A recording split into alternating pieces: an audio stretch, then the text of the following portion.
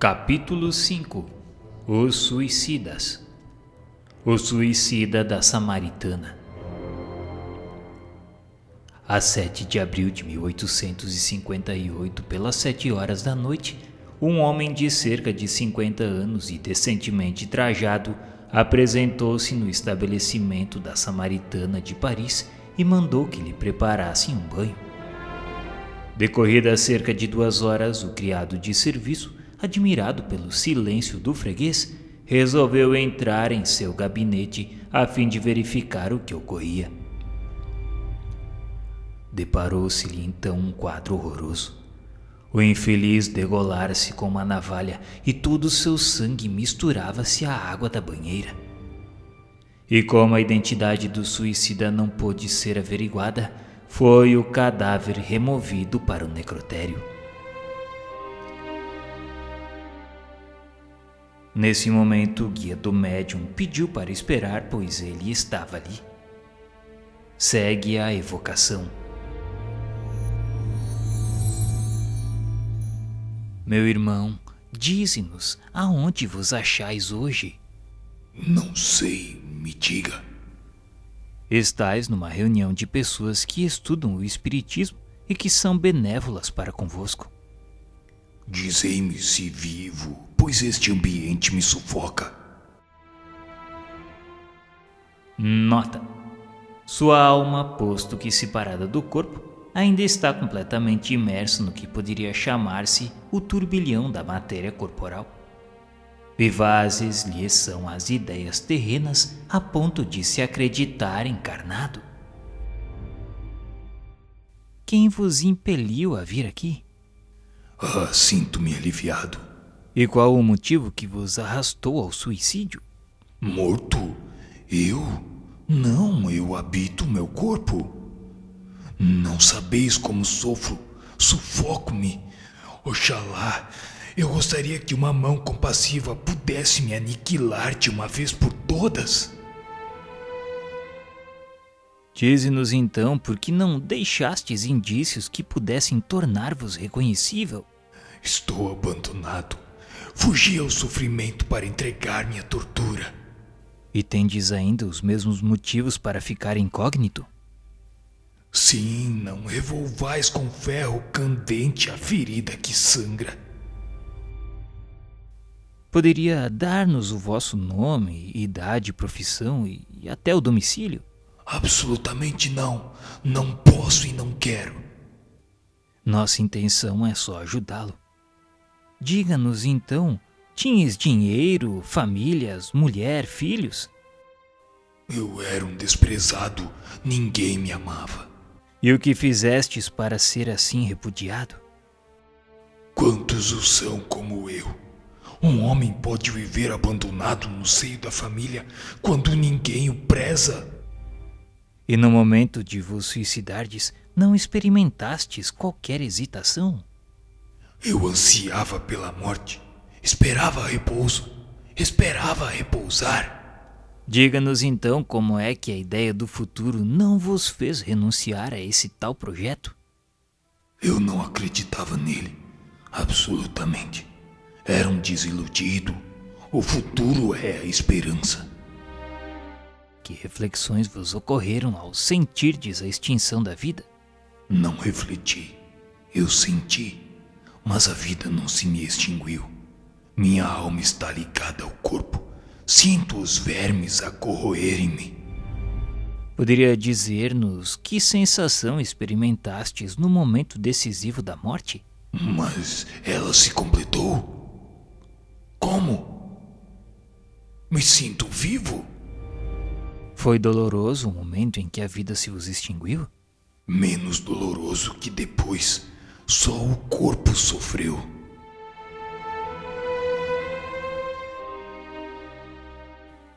Depois desse diálogo, perguntamos ao espírito São Luís o que queria dizer o espírito afirmando que o momento da morte foi menos doloroso que depois. São Luís nos disse que o espírito descarregou o fardo que o oprimia. Ele ressentia a volúpia da dor. E tal estado sobrevinha sempre ao suicídio? Sim, o espírito do suicida fica ligado ao corpo até o termo dessa vida. A morte natural é a libertação da vida, o suicídio a rompe por completo. Perguntamos então se dar-se-á o mesmo nas mortes acidentais, embora involuntárias, mas que abreviam a existência? Não. Que entendeis por suicídio? O espírito só responde pelos seus atos. Nota: esta dúvida da morte é muito comum nas pessoas recentemente desencarnadas e principalmente naquelas que durante a vida não elevam a alma acima da matéria. É um fenômeno que parece singular à primeira vista, mas que se explica naturalmente. Se a um indivíduo pela primeira vez sonambulizado perguntarmos se dorme, ele responderá quase sempre que não, e essa resposta é lógica. O interlocutor é que faz mal à pergunta, servindo-se de um termo impróprio. Na linguagem comum, a ideia do sono prende-se à suspensão de todas as faculdades sensitivas. Ora, o sonâmbulo que pensa, que vê e sente, que tem consciência da sua liberdade, não se crê adormecido e de fato não dorme na acepção vulgar do vocábulo. Eis a razão por que responde não, até que se familiariza com essa maneira de aprender o fato. O mesmo acontece com o homem que acaba de desencarnar. Para ele, a morte era o aniquilamento do ser, e tal como o sonâmbulo, ele vê, sente e fala, e assim não se considera morto. E isto afirmando até que adquira a intuição do seu novo estado. Essa ilusão é sempre mais ou menos dolorosa, uma vez que nunca é completa, e dá ao espírito uma tal ou qual ansiedade. No exemplo supra, ela constitui verdadeiro suplício pela sensação dos vermes que corroem o corpo, sem falarmos da sua duração, que deverá equivaler ao tempo de vida abreviada. Este estado é comum nos suicidas, posto que nem sempre se apresente em idênticas condições, variando de duração e intensidade, conforme as circunstâncias atenuantes ou agravantes da falta. A sensação dos vermes e da decomposição do corpo não é privativa dos suicidas. Sobrevém igualmente aos que viveram mais da matéria que do espírito.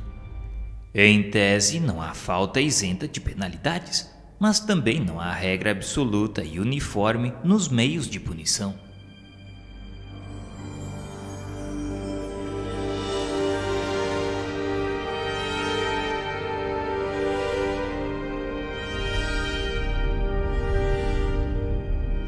O pai e o conscrito.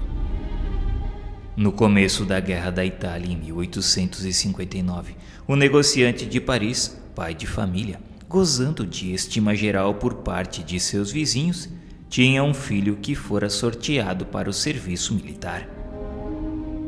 Impossibilitado de o eximir de tal serviço, ocorreu-lhe a ideia de suicidar-se, a fim de isentar o seu filho, pois assim ele seria filho único de uma mulher viúva.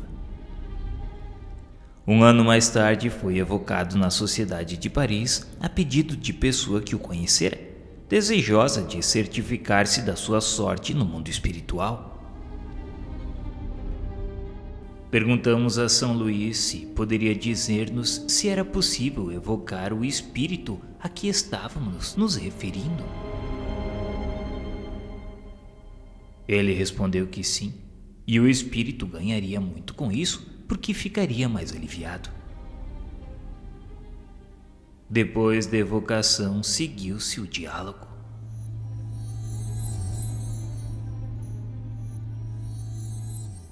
Oh, obrigado. Sofro muito, mas é justo. Contudo, ele me perdoará. Nota: o espírito escreve com grande dificuldade. Os caracteres são irregulares e mal formados. Depois da palavra mas, ele para e, procurando em vão escrever, apenas consegue fazer alguns traços indecifráveis e pontos. É evidente que foi a palavra Deus que ele não conseguiu escrever. Segue a comunicação. Te pedimos então, tende a bondade de preencher a lacuna com a palavra que deixastes de escrever. Sou indigno de escrevê-la. Dissestes que sofreis. Compreendeis que fizeste muito mal em vos suicidar. Mas perguntamos, o motivo que vos acarretou esse ato não provocou qualquer indulgência? A punição será menos longa, mas nem por isso a ação deixará de ser má. E tu podes descrever-nos essa punição? Sofro duplamente, na alma e no corpo, e sofro neste último, conquanto não possua como sofre o operado a falta de um membro amputado. Compreendemos. A realização do vosso suicídio teve por causa unicamente a isenção do vosso filho? Ou também concorreram para ele outras razões que nós não podemos conhecer? Foi completamente inspirado pelo amor paterno, porém mal inspirado. Em atenção a isso, a minha pena será abreviada. E podeis precisar a duração dos vossos padecimentos? Não lhes entrevejo o termo, mas tenho certeza de que ele existe, o que é um alívio para mim.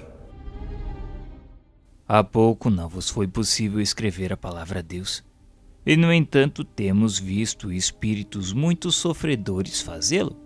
Será isso uma consequência da vossa punição? Poderei fazê-lo com grandes esforços de arrependimento. Pois então te pedimos, fazei esses esforços para escrevê-lo, porque estamos certos de que sereis aliviado. Nota!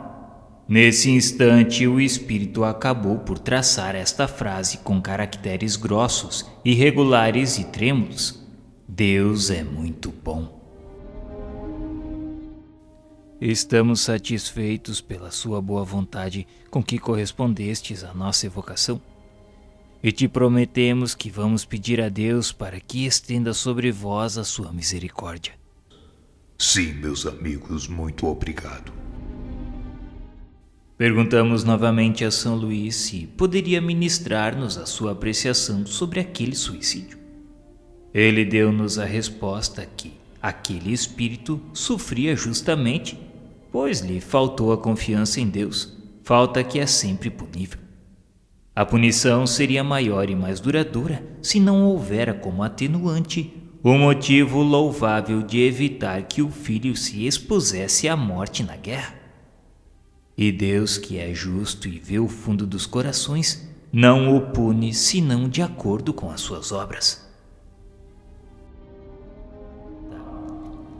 À primeira vista, como ato de abnegação, este suicídio poderia ser considerado desculpável. Efetivamente assim é, mas não de modo absoluto. A esse homem faltou a confiança em Deus, como disse o Espírito São Luís. A sua ação talvez impediu a realização dos destinos do filho. Ao demais, ele não tinha a certeza de que aquele sucumbiria na guerra, e a carreira militar talvez lhe fornecesse ocasião de adiantar-se. A intenção era boa, e isso lhe atenua o mal provocado e merece indulgência. Mas o mal é sempre o mal, e se não o fora, poder-se-ia, escudado no raciocínio, desculpar todos os crimes e até matar a pretexto de prestar serviços. Então perguntamos, a mãe que mata o filho, crente de o enviar ao céu, seria menos culpada por tê-lo feito com boa intenção? Aí estaria um sistema que chegaria a justificar todos os crimes cometidos pelo cego fanatismo das guerras religiosas. Em regra, o homem não tem direito de dispor da vida, por isso que esta lhe foi dada visando deveres a cumprir na terra, razão bastante para que não a abrevie voluntariamente sobre pretexto algum. Mas ao homem, visto que tem o seu livre-arbítrio, ninguém impede a infração dessa lei. Sujeita-se ele, porém, às suas consequências. O suicídio mais severamente punido é o resultante do desespero que visa a redenção das misérias terrenas, misérias que são ao mesmo tempo expiações e provações. Furtar-se a ela é recuar ante a tarefa aceita e às vezes ante a missão que se deverá cumprir. O suicídio não consiste somente no ato voluntário que produz a morte instantânea, mas em tudo quanto se faça conscientemente para apressar a extinção das forças vitais. Não se pode taxar de suicida aquele que dedicadamente se expõe à morte para salvar o seu semelhante. Primeiro, porque no caso não há intenção de se privar da vida, e segundo, porque não há perigo do qual a providência nos não possa subtrair quando a hora não seja chegada.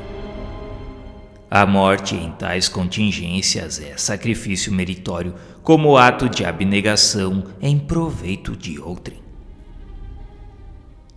Para maiores explicações, indicamos a leitura de O Evangelho segundo o Espiritismo, no capítulo 5, nos itens 5, 6, 18 e 19.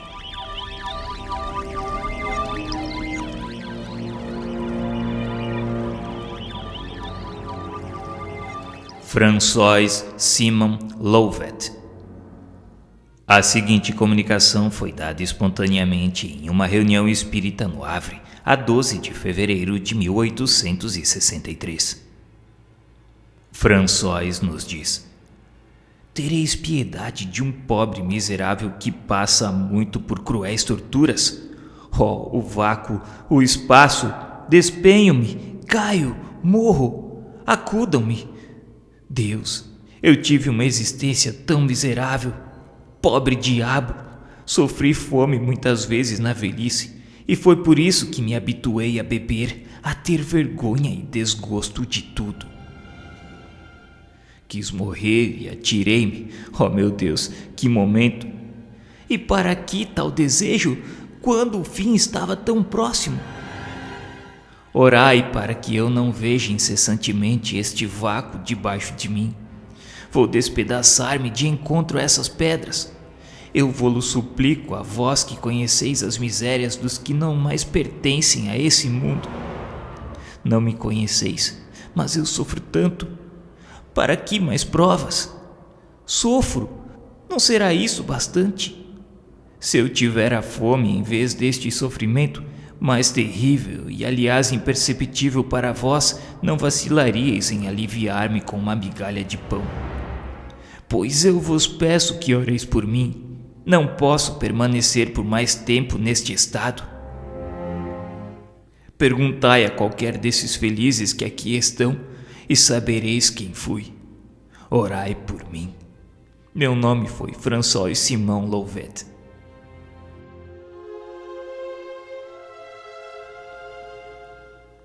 Apontamentos do Guia do Médium.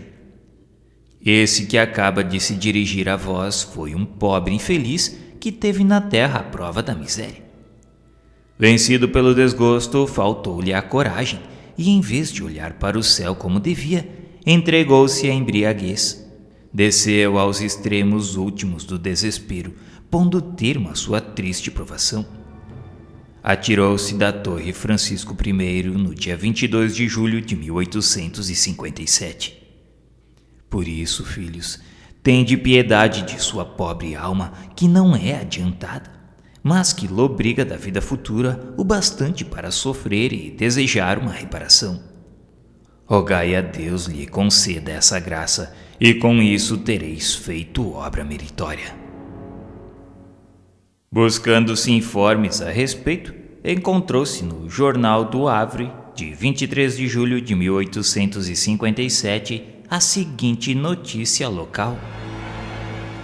Ontem, às 4 da tarde, os transeuntes do cais foram dolorosamente impressionados por um terrível acidente. Um homem atirou-se da torre, vindo despedaçar-se sobre as pedras. Era um velho puxador de sirga, cujo pendor a embriaguez o arrastara ao suicídio. Chamava-se François Victor Simon Louvet. O corpo foi transportado para a casa de uma de suas filhas, à rua de La Cordeille. Tinha 67 anos de idade.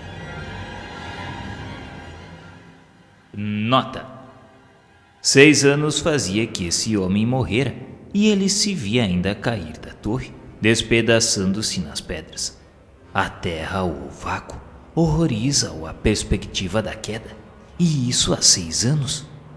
Quanto tempo durará tal estado? Ele não sabe, e essa incerteza lhe aumenta as angústias. Perguntamos se isso não equivale ao inferno com as suas chamas. E quem revelou e inventou tais castigos? Pois são os próprios padecentes que os vêm descrever, como outros o fazem das suas alegrias. E fazem-no muita vez espontaneamente, sem que nele se pense, o que exclui toda a hipótese de sermos nós o joguete da própria imaginação.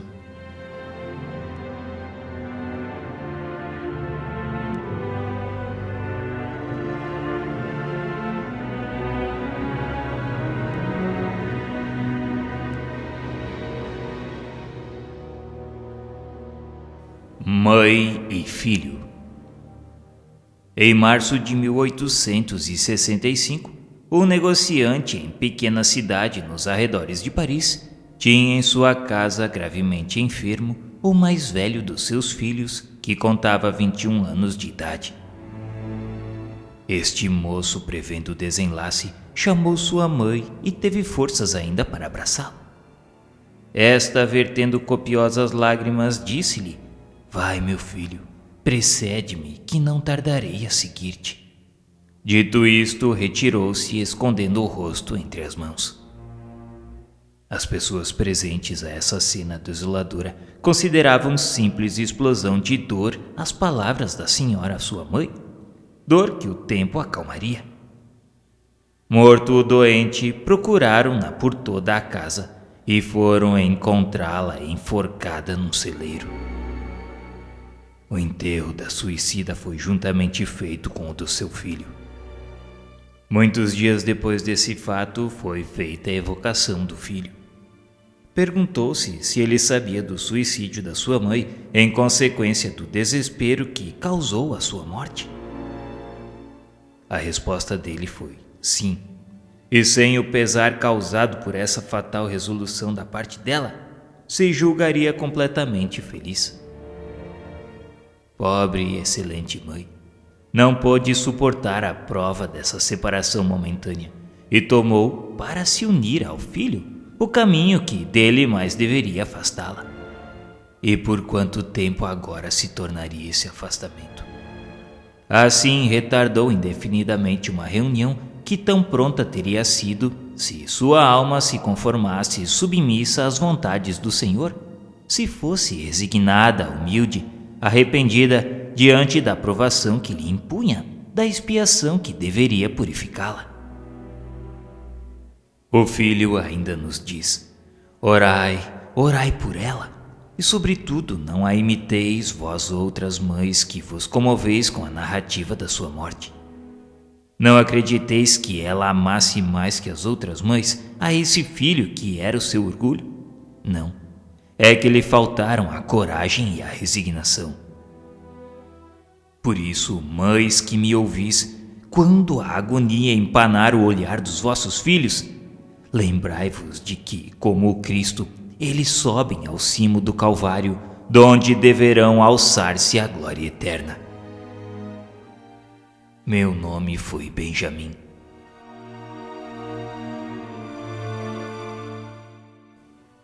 Evocação da mãe. Quero ver meu filho. Tendes o poder de dar-mo. Cruéis, tomaram-mo para levá-lo à luz e a mim me deixaram em trevas. Eu quero porque me pertence. Nada vale então o amor materno? Pois que, tê-lo carregado no ventre por 9 meses, tê-lo amamentado, nutrido a carne da sua carne, sangue do seu sangue, guiado seus primeiros passos, ensinado a balbuciar o sagrado nome de Deus e o doce nome de mãe, ter feito dele um homem cheio de atividade, de inteligência, de probidade, de amor filial, para perdê-lo quando realizava as esperanças concebidas a seu respeito, quando o brilhante futuro se lhe antolhava.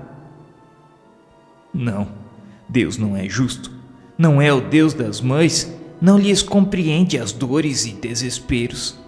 E quando me davam a morte para me não separar de meu filho, eis que novamente mo roubam. Meu filho, onde está?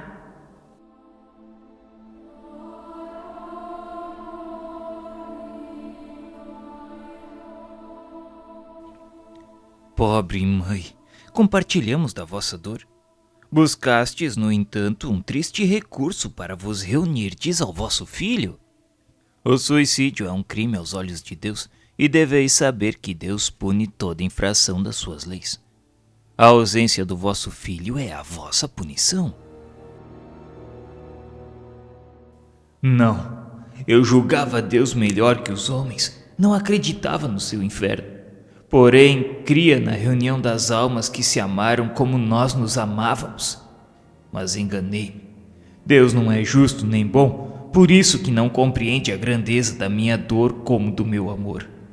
Ó, quem me dará meu filho? Tê-lo-ei perdido para sempre? Piedade, piedade, meu Deus. Vamos, acalmai o vosso desespero. Considerai que, se há um meio de rever o vosso filho, não é blasfemando de Deus como ora o fazeis.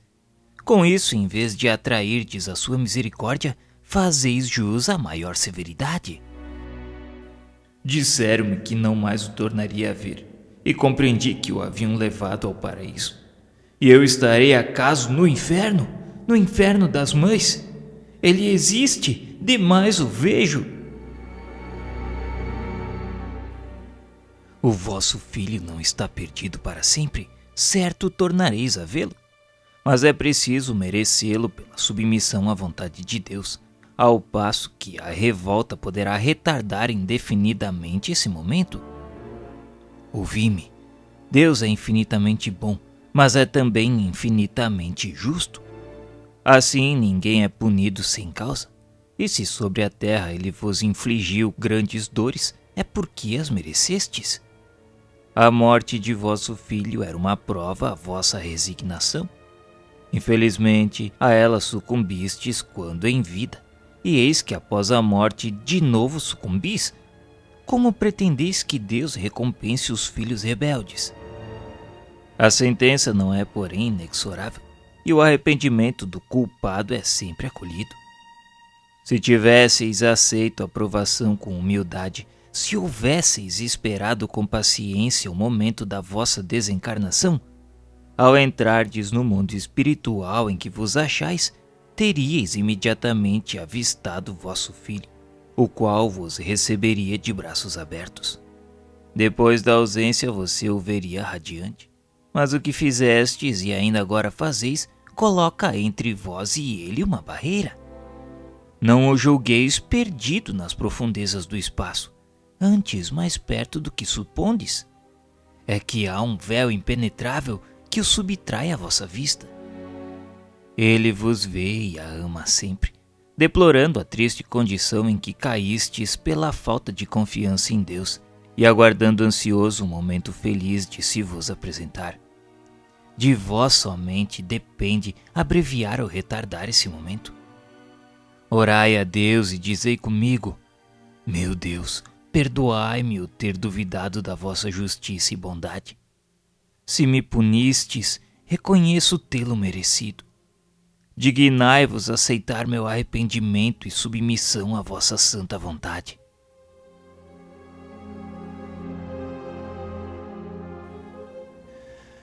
Que luz de esperança acabais de fazer despontar em minha alma. É como um relâmpago numa noite que me cerca. Obrigado. Vou orar.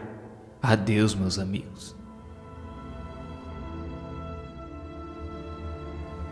Nota: A morte, mesmo pelo suicídio, não produziu nesse espírito a ilusão de se julgar ainda vivo. Ele apresenta-se consciente do seu estado. É que para outros o castigo consiste naquela ilusão pelos laços que os prendem ao corpo. Esta mulher quis deixar a terra para seguir o filho na outra vida. Era, pois, necessário que soubesse aí estar realmente, na certeza que estava desencarnada, no conhecimento exato daquela situação. Assim é que cada falta é punida de acordo com as circunstâncias que a determinam, e que não há punições uniformes para as faltas do mesmo gênero.